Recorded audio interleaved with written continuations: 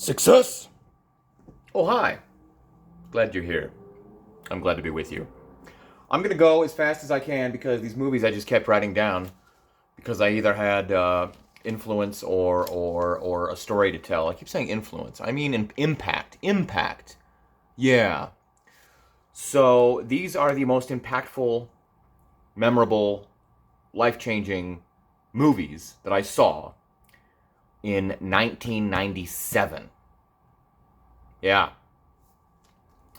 Um, I'll go down the list as best I can. Let's see. Both coming out the same day. We've got Austin Powers, the original Austin Powers. I didn't, back then we didn't know, so we didn't care yet. But it was, my mother was going to the hairdresser, and I'm like, I don't want to sit at the hairdresser for 3 hours. And she's like, well, because it was right around the corner from a movie theater. That's no longer a movie theater, it's a church. But I had a lot of good memories at that movie theater. That's where I saw my early screening of Mighty Morphin Power Rangers, which you can hear about in the 1995 video. And she said, go around the corner, go see a movie. Here's, some money. I was like, okay. Austin Powers was PG-13, so I saw Austin Powers, and I freaking loved it. Had no idea what I was in store for. And I just remember coming back. She's like, "Oh, was it good?" And I was like, laughing to myself. Like, if she had any idea the kind of humor that was in that movie, she would never in a million years have let me see that. She'd have been pissed. So she had no clue. But it was a good time. She still had like 30 to 45 minutes left on her freaking hair after I saw the freaking movie. But that was a good time. Austin Powers. Also, Breakdown. Breakdown starring Kurt Russell. There was something about that movie, like the trailers. I just really wanted to see it. I was so intrigued. And to this day, it's a classic. I love Breakdown. It's absolutely fantastic. An underrated, off the radar gem. It's just such a thrilling movie. And I always remember that one guy took off his hat, and then his hair came down in front of his face. And it was much like Billy in Scream. That's why I became obsessed with one day having hair long enough that it would hang in front of my face because I thought it looked cool. Which I finally did one day, like a couple years ago. But I was a little old for it then. It didn't quite work out for me. But I did it. I accomplished that goal. It was cool. I've got some pictures. Good times. So, Breakdown. Classic. What else came out in May of 97? Con Air. Con Air is one of my all-time favorite movies, period, the end. Colorado Forever, goodbye.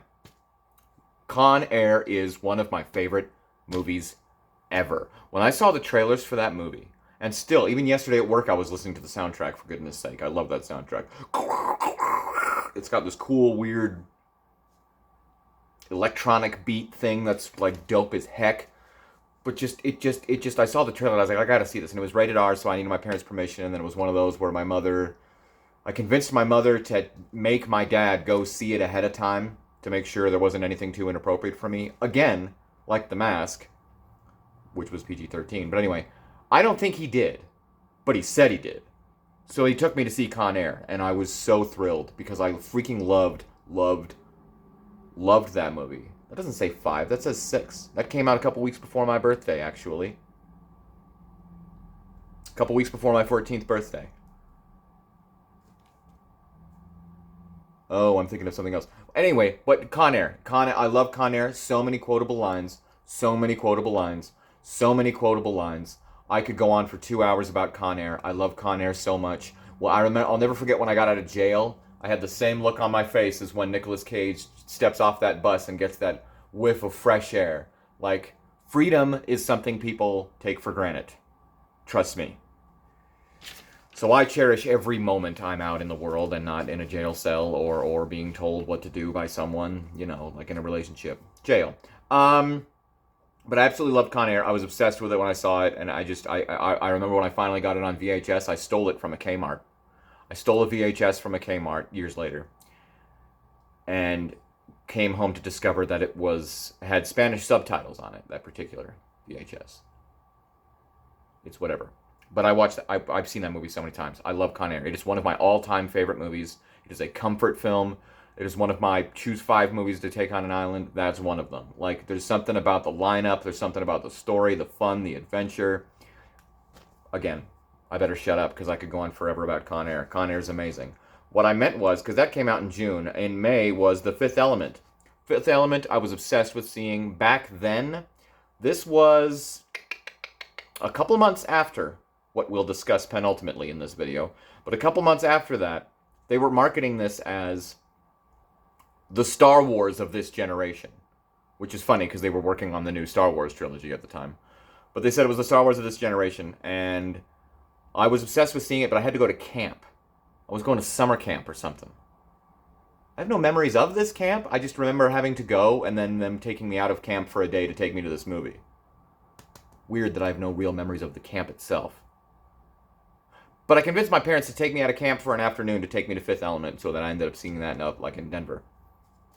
Love that movie. Love that movie. Chicken. Multipass. I have a Multipass prop replica. I discovered Mila Jovovich with this movie. She was pretty. And when she showed her boobies in it, I was taken aback at 14. I was like, I just saw her boobies. I like boobies.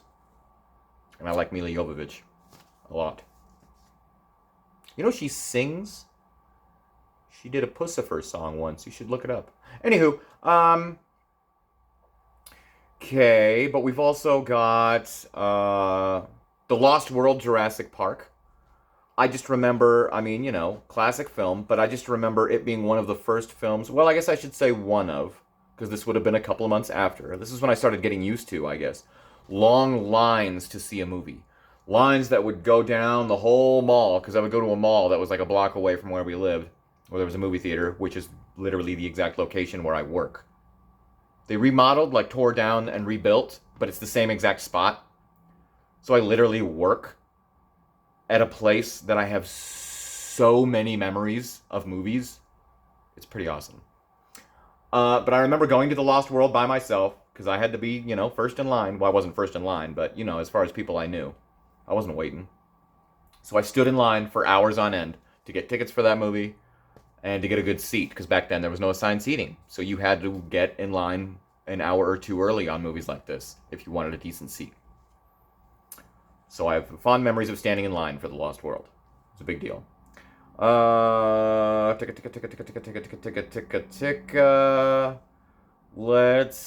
talk about... The Saint. The Saint came out in April of 97, starring Val Kilmer and Elizabeth Shue. I like Elizabeth Shue. But I love The Saint. That movie, I'd never seen anything like it. I know it was based on a TV show, but I'd never seen, it was just so much fun. That was, obviously it was my Batman at the time, because Val Kilmer was my favorite Batman. But seeing The Saint, it was a great movie. It was so much fun. I loved it. I saw it multiple times in theaters. But the first time I saw it, my mother took me with one of her friends. And then warned me before the movie, because I had to sit next to her friend for some reason. Warned me during the movie, or before the movie. Sometimes my friend gets a little, excited during movies. Don't think anything of it. And I was like, okay, whatever that means. This lady, and I'm talking at every little thing, whether it was a sudden sound or an action sequence, this lady would freak out like there was an earthquake and grab my leg and shake me. She'd be like, oh, and I'm like, whoa. I mean, this would have been before my birthday, so I was 13 years old, and some stranger I didn't even know grabbing my leg every 2 seconds, freaking out about everything. I was like, yeah, Mom, you weren't kidding. This lady friggin' needs some Ritalin or something. I don't know. So, yeah, there's a core memory for you. Okay. Let's see. Men in Black. The original Men in Black. I love Men in Black. I love the original Men in Black. It is amazing, and I love it, and it's amazing. And I was so obsessed with that movie when it came out. It was unlike nothing I'd ever seen. I had the soundtrack, with the little Will Smith song. It was so, and it was pretty much like my introduction to Tommy Lee, maybe, for the most part, Tommy Lee Jones. I love Men in Black. And the thing that really got me about Men in Black, I mentioned the soundtrack, but it was one of those soundtracks of a mixed bag where you'd have the songs featured in the movie and some songs inspired by the movie. and then a few tracks of musical score from the movie. That was probably my hardcore. I mean, obviously I knew The Simpsons, but I didn't know this guy very well at the time. There was Nightmare Before Christmas, but as far as a household name, it wasn't there yet. As far as musical score, Danny Elfman. Oh my gosh. There's John Williams. Duh. And then there's Danny Elfman. Like, Danny Elfman is by far the number 2 most influential music conductor on the planet, if you ask me. The opening score, at the very beginning of the opening credits of Men in Black, I can't get enough of that jam. I love the score in Men in Black. And of course, it's littered with fun. It's littered with great jokes. It's littered with great actors. It's just that OG Men in Black, nothing will ever top it as far as Men in Black movies. I love that movie. Okay. What else? Let me just, excuse me.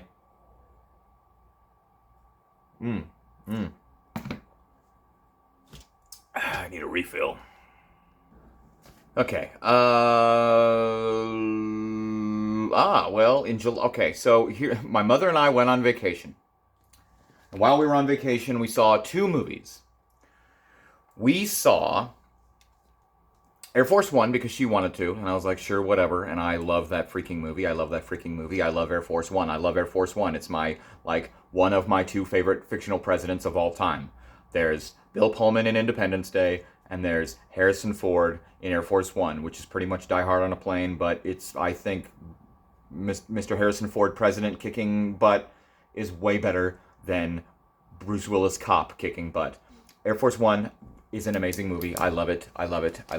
It's amazing. I love it. And I remember seeing it on vacation, and it blew our minds, and we loved it. And it, to this day, if you ask me, has the greatest one-liner of all time. Get off my plane! There's no better one-liner than that. Nope. And then after that, I talked her into seeing Spawn. The original live-action Spawn with John Leguizamo in a fat suit as a clown. She was so mad when that was over. She told me how many times she came this close to making us walk out. She was not happy about that. She did not like the Satanism and the devil worship and the blah. She did not like that movie. Like, nowadays people are like, that's a bad movie. I thought it was okay for what it was. I've never disliked it. I never thought it was bad. I never thought it was great. It's enjoyable. It's campy. It's fun. It's nostalgic for me now. But she thought it was devil worship and was not happy. She was not happy that we saw Spawn. But we did. It was fun. I remember that. Good times. There's also The Edge. The Edge, starring Alec Baldwin and Anthony Hopkins. Just a fun thriller. Cool. Good movie. Whatever. There's a bear. But the most memorable, impactful thing about The Edge when I saw it, back then, there was no, let's go online and watch that trailer 100 times. Nope. You went to the movies, you saw a trailer. And usually back then, before the internet, not only A, you could not see that trailer again unless you went back to that movie. B, this was you get my point. It was your only chance to see the trailer was when you went to this movie. But also, half the time, seeing the trailer was you being informed that this movie exists. See, now we know years ahead of time when a movie's coming. And then we know ahead of time when a trailer's coming. And then we see the trailer at home on our televisions, and then we watch it 100 times on the YouTube. Back then, I'm getting ready to see The Edge, and then all of a sudden, there's a new Alien movie? We walked out of The Edge, and they're like, oh, what'd you think of this, and what'd you think of that? And I said, did you guys see that Alien Resurrection trailer? They're making a new Alien with Sigourney Weaver. They resurrected her. And it looks amazing. I was all I could care about. And I kept replaying that trailer over and over and over in my head, trying to think of a way that I could see that trailer again. Yeah, things were a lot different back then. I remember seeing the movie In and Out with Kevin Kline and Magnum P.I., or as Courtney Cox would say, Richard. I just remember seeing that movie. I don't know why I had interest in it. It's a Frank Oz film. Good movie. I just had no idea. I was so naive at the time. I had no idea there was going to be anything homosexual in it. And then they kiss at the end, and I was like, it didn't bother me. I just wasn't expecting it. So that was probably my first experience with a homosexual story. And that's when I was like, oh, okay, whatever. And then I would find out that, like, my brother, one of them in particular, he's one of those homophobics that would get uncomfortable and would want to look away or change it or not want to have anything to do with, like, men being romantic together. No, that never bothered me. People are people. I'll go on a spiel about that subject as far as how open-minded I am, not how frickin' much of a... So everybody else is a freaking bigot like my brother who thinks you're gonna go to hell. Anyway, or that it's a choice. Yeah, I wish I could choose who I was attracted to. Sheesh. Anyway, I'll go on a tangent about that in the Who I Am Now video in a couple of months. So that was a good time. Gattaca. I'm just going to mention Gattaca because that's an amazing film, a very underrated film with Ethan Hawke and Jude Law and Uma Thurman, and it is an amazing film, one of my favorite films about a dystopian future. I think Gattaca is freaking brilliant.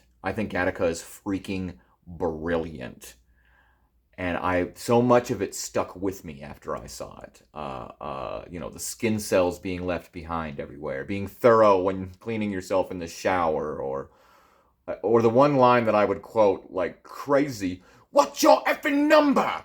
What's your effing number, huh?"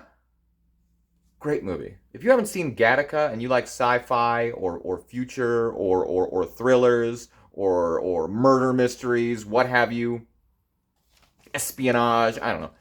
It's a great movie. Check out Gattaca. It holds up. I might want to watch that sometime soon. I gotta go brew my coffee. Okay. And, let's see.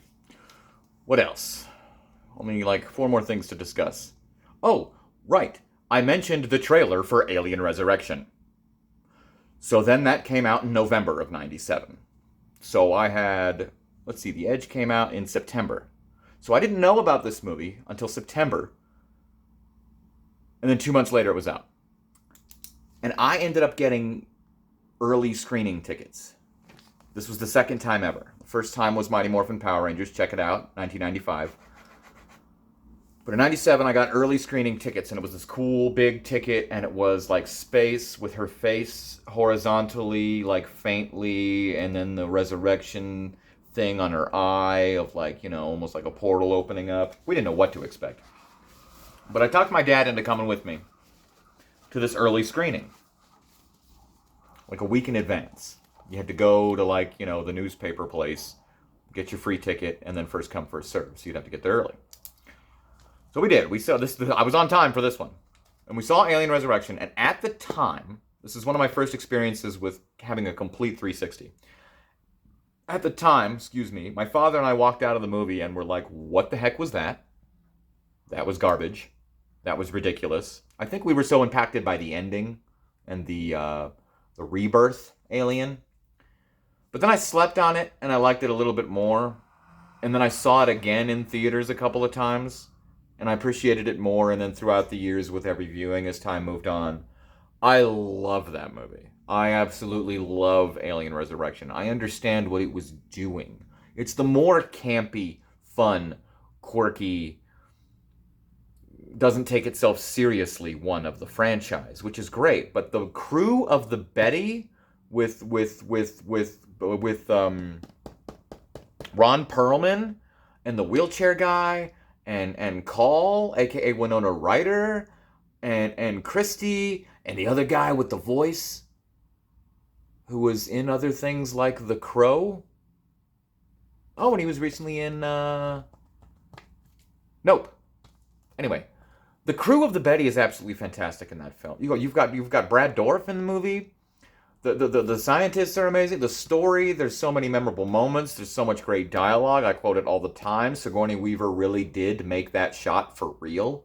It just goes out of frame for a second, and they thought no one was going to believe it for that reason, so that she went on Letterman and told the true story. That was for real. It's just so much fun. And I get the point of what they're doing, because the DNA was mixed. So Sigourney had some alien in her, but then the queen alien had some human in her, so she gave birth instead of an egg. And then that creature at the end that I don't really like, but I understand its purpose. I appreciate its purpose. It's the human version of the alien. And it's the only time we get to Earth in the entire franchise. It ends with them seeing Earth, and they keep talking about what a crap hole it is. Spoilers. There's a deleted scene where they're on Earth, and it's like just a planet-wide junkyard, pretty much. And there's also, it's technically the end of the Alien franchise story, chronologically. Because obviously it's the fourth one. Way in the future after the third one. And then you've got the other, Prometheus and whatnot, that are way in the past. So we've never seen anything beyond Alien Resurrection. And we still haven't seen aliens on Earth. I've had plenty of comic books where they explored that, and they're freaking epic. But we do have Noah Wyle making an alien television show right now, which blows my mind. Because Noah Wyle has brought me some of the greatest pieces of entertainment I've ever seen in my life, with Fargo and Legion and other stuff. I'm very much so looking forward to his Alien take, because it's going to be great, because it's him. Anywho, Alien Resurrection, one of my first experiences with being like, that movie was crap, and then shortly thereafter being like, actually, no, it's not, it's really good, and I love it. I love it. I love it. I quote it all the time. Let me just get my coffee real quick. Okay. That's better. Okay. All right. Let's see. Let's see how fast I can do this. Okay. Here we go. Scream 2. Scream 2 came out in December of 97. Quick turnaround after the success of the first one, kind of like the last Scream. Scream 5, big hit. Scream 6 a year later, just like Scream 2. And they're both pretty much the same movie. That's funny. I didn't see Scream 1 and 2 until a couple years later. In my friend's basement, he had them both on VHS, and I was like, I always wanted to see those, and he said, let's watch them.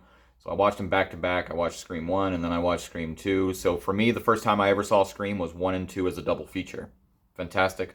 Love it. I love Scream 2. It was my introduction to Timothy Olyphant, who to this day is one of my favorite actors and is amazing in everything he does, whether it's Hitman or The Office or The Mandalorian or Mickey in Scream. One of my, spoiler alert, for Scream 2, one of my favorite killers, probably my second favorite killer in the entire franchise. So many quotable lines in that. So many quotable lines in Scream 2. I was obsessed. You can see that in another video of my story of how obsessed I was with Scream. But Timothy Olyphant is amazing. The only thing that pisses me off about Scream 2 is that it was supposed to end with the death of Sidney, and then Scream 3 was going to be about the obsession over Stab. They ended up going in that storyline later down the line of the fan obsession with Stab and a couple of other movies. But I always, when I found that out, because the script leaked and then they had to change the ending, when I found out that the original ending was that Sidney dies during the scuffle at the end, I ever since was like, she better die in this next movie. She better die in this next movie. I was always mad that Sidney didn't die, because she was originally supposed to die in the second one. And now here she is living happily ever after. Whatever. Scream 2, great movie. My favorite sequel in the entire franchise. Scream 2 is, to this day, having 6 of them, is my second favorite Scream movie. Yeah, that's right. And my third favorite is 3. Come at me. We'll talk about that one later. Okay. Last but not least, well, not last, but last before the last, penultimately, I'll mention that in 1997, the Star Wars trilogy was re-released. The trailers blew my mind where we'd seat it in the theater and they would start it on a little television screen, so it would just be in the center of the movie theater screen, all teeny tiny, with the sound only coming from the front.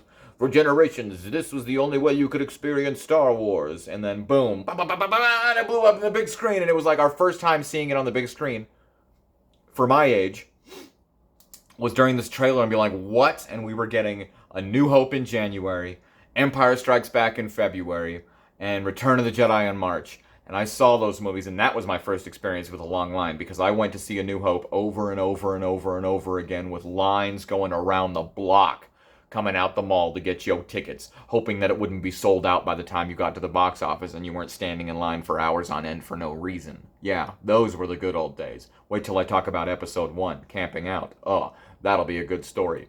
But the original trilogy, seeing one, going to a classic old-timey theater downtown called Kimball's to see Empire Strikes Back.